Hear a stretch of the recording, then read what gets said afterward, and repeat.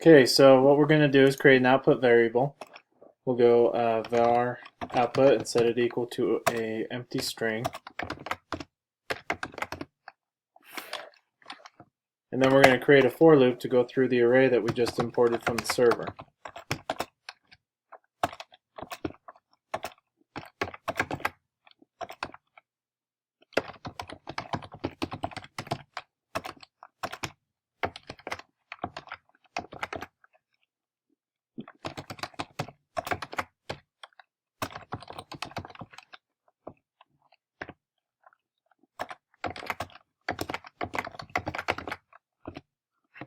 Okay, now that we've got that, we need to display the variables to the web page. This for loop is going to create the output, and then we will display that output onto the web page.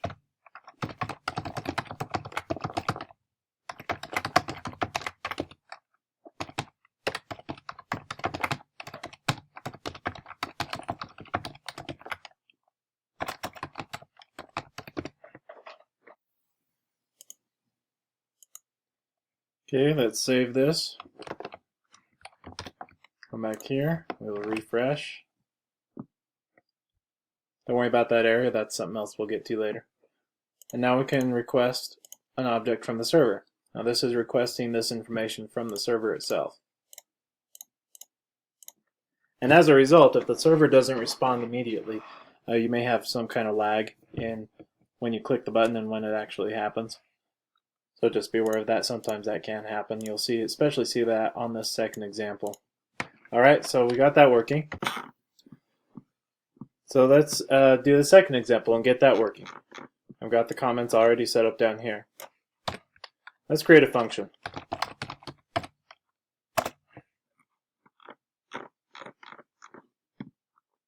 We're going to call this function process.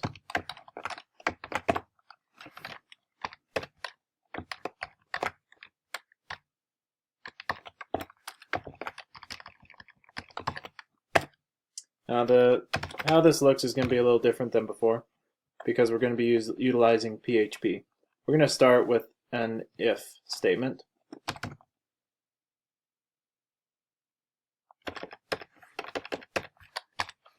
Start down here. So we're going to go if xhttp. See, this is where we're now using the global variable that we set up here. You see that?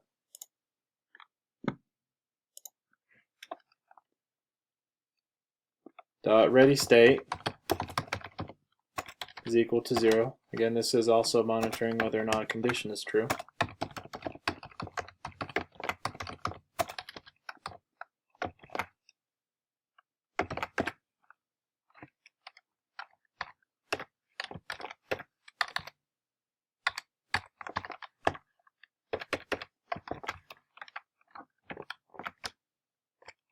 Great.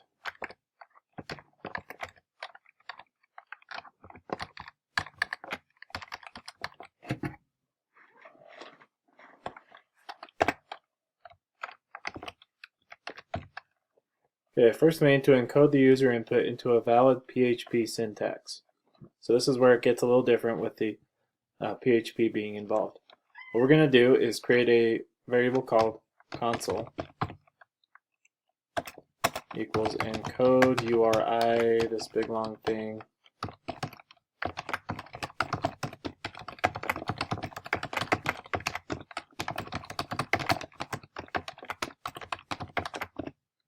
Alright, that's going to translate the directory we're looking for into proper PHP syntax.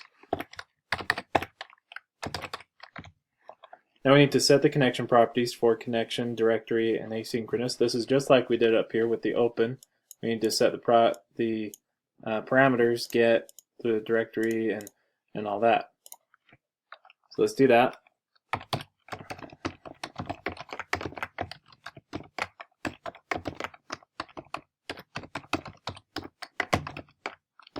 This is my directory for the PHP example.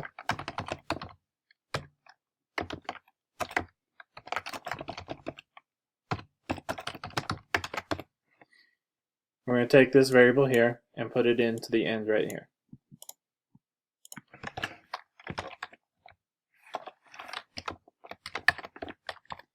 Now we need to set the action to be performed when the connection is ready. We're going to refer to the onState ready change, make that equal to handle server response.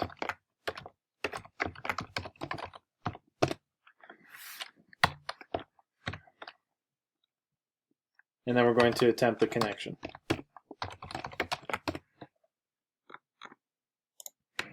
We're going to put in an else statement.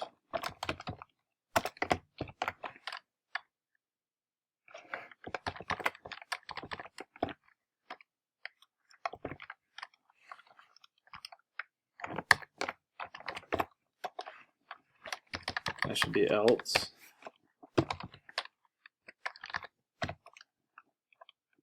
We're going to use the function timeout, put in parameters of process and 1000. Now what that's going to do is it is going to sit here at this point in the code for 1 second, that is in milliseconds. And when it's done, it's going to run the function process. That is this function. So we're going to repeat this. This is important because you want to constantly or regularly be checking to see if what you put into the input box is on the server in the array that you chose. If you don't set this parameter, then it will just continually repeat itself all the time, and it will be contacting the server every millisecond it can, and that's a lot of wasted resources. So just set the time for about 1,000 milliseconds or 1 second, and that will stagger it out so it's not constantly contacting the server. So now let's create another function. Call it handle server response.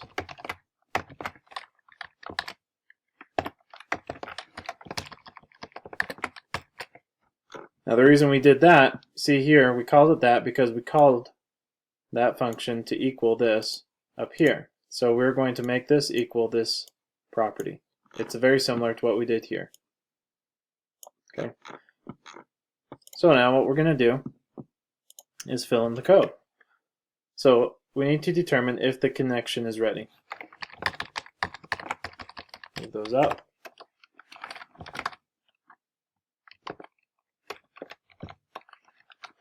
We're going to do that with an if statement.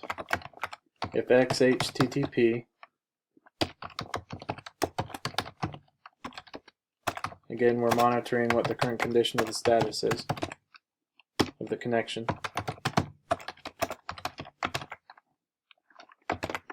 Then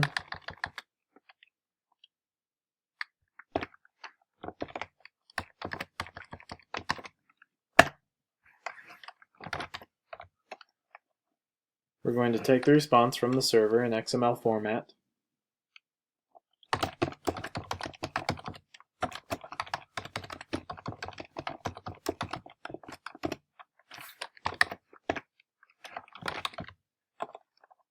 We're going to take a response HTML element from the server response. We do that by creating a new variable.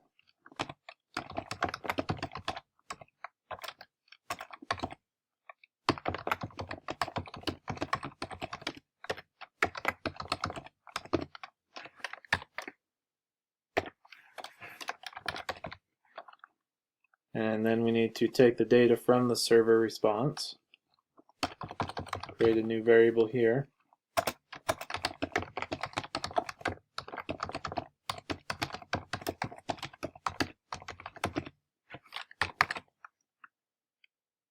And now we need to output the response to the web page, and we're going to do that with document.getElementById.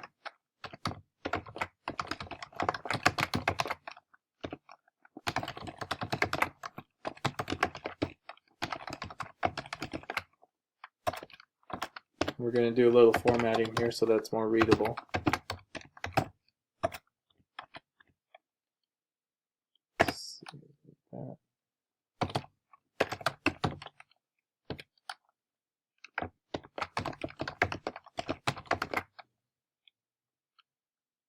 Blue. Okay, looks good. Put in our message and close the tag.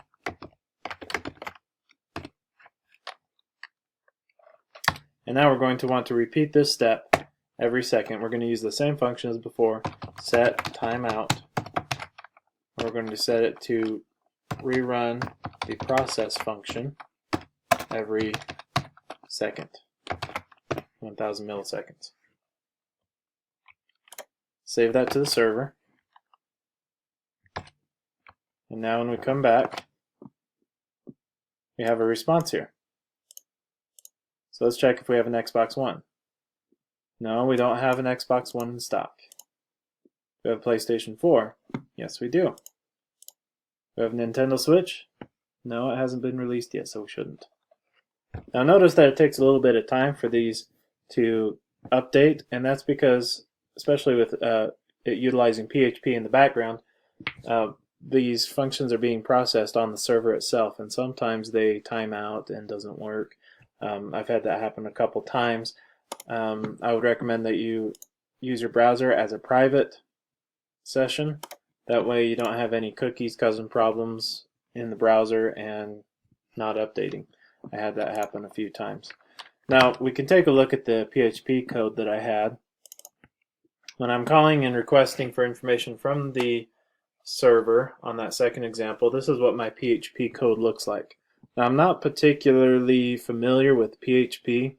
I had a lot of help with this from a YouTuber called theNewBoston, and he helped me put together this code for this little example. He's got some tutorial videos, and I'll try and link that in the description if you want to take a look at it.